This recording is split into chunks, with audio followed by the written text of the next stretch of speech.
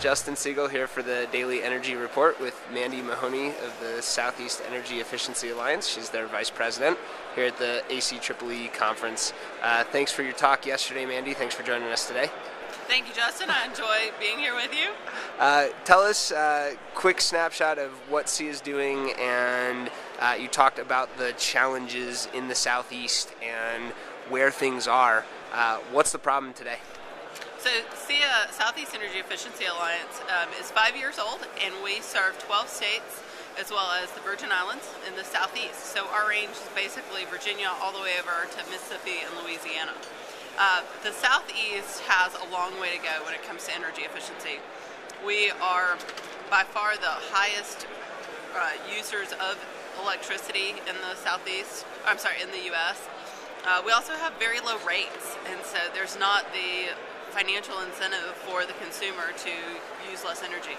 So we got to think creatively, and SEIA works across a couple different areas. We work with state government officials, public policy makers to try to change the laws at the state level to support energy efficiency as well as clean energy, because we see that as the game changer for the next century in terms of creating a more stable, viable, strong economy in the Southeast. We also work with local governments and local nonprofits to actually get programs on the ground so that people like myself as a single-family homeowner, I could actually implement energy efficiency systems in my home and reduce what I'm paying to the utility as well as have a higher quality of life in my home. That's a way that we see showing that there's a lot of potential in the Southeast. It's also a way to generate jobs for these local communities. And then our last major area of focus is with major commercial and industrial customers. We've seen a big move in the Southeast to build new manufacturing because utility rates are low. However, rates are going way up in the South, and so these larger energy consumers are seeing that they need to reduce their energy use because it has a big impact on their bottom line. So we're working with them to help them share best practices, adopt programs that have worked in other parts of the country or around the world to help them reduce their energy load.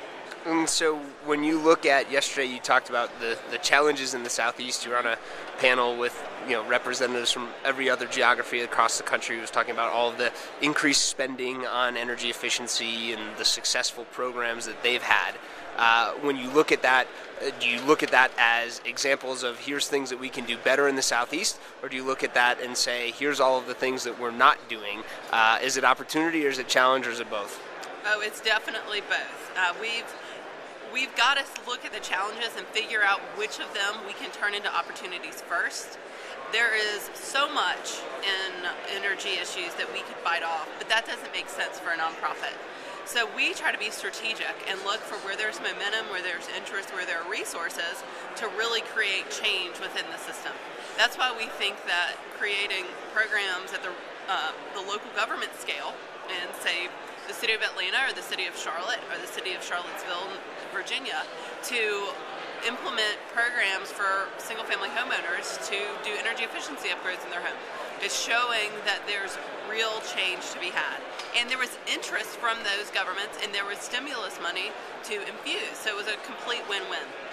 So is what's working today private nonprofits like yourselves? It sounds like there's government stimulus money. Are the utilities taking action? Are individual, whether it's C&I or residential customers, taking action? Or what's actually working? We are seeing a range of solutions popping up from the different utilities in the Southeast. You have large IOUs like the Southern Company, Duke Power, who are implementing programs. And then you're also seeing interesting things like local municipal utilities like the city of Gainesville implementing feed-in tariffs. So We're excited that you're seeing a diversity of solutions.